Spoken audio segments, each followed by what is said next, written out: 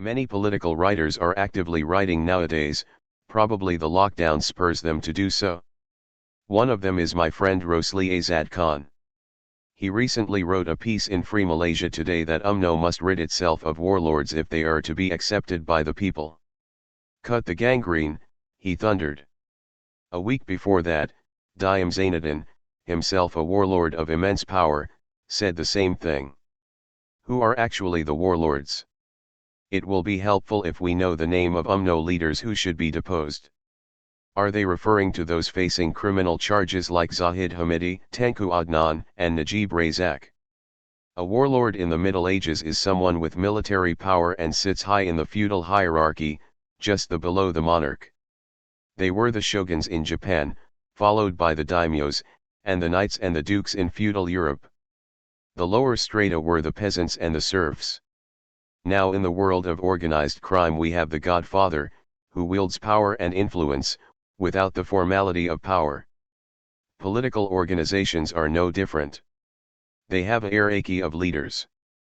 They have their own shogun and the daimyos. In UMNO they had their version of Ieyasu of the Tokugawa shogunate, a strong leader who controlled the warring factions. Dr. M was UMNO's Ieyasu.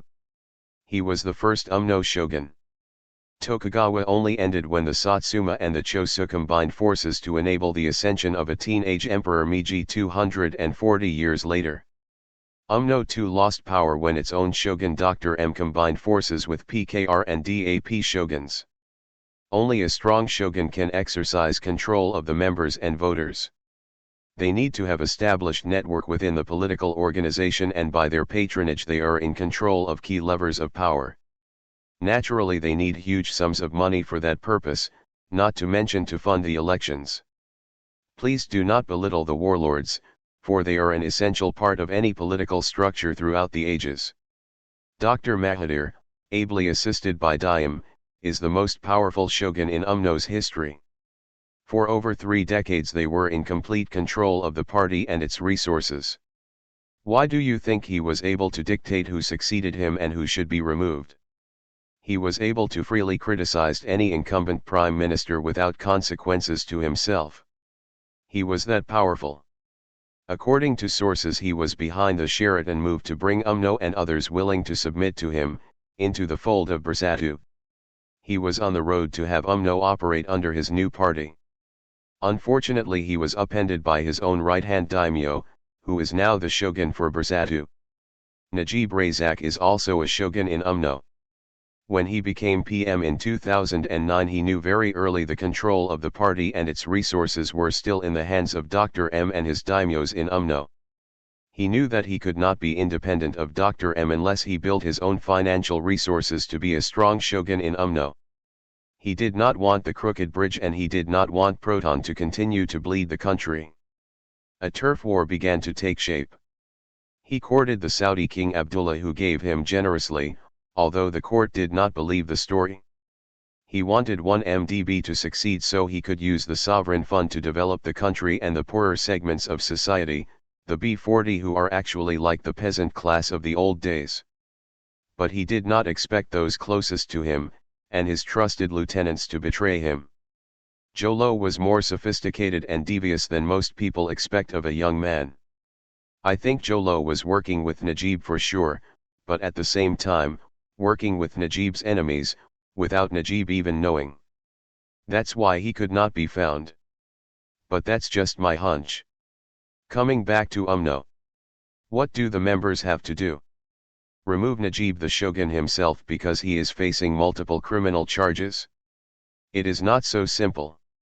If I am an UMNO member I will have to ponder deeply and at least consider the probability that Najib was a victim of a political conspiracy.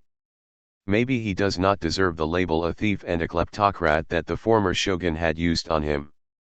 Of course the court will decide all these issues, but you as a member of the party must not abandon your leader easily. Think of the good things he has done for you.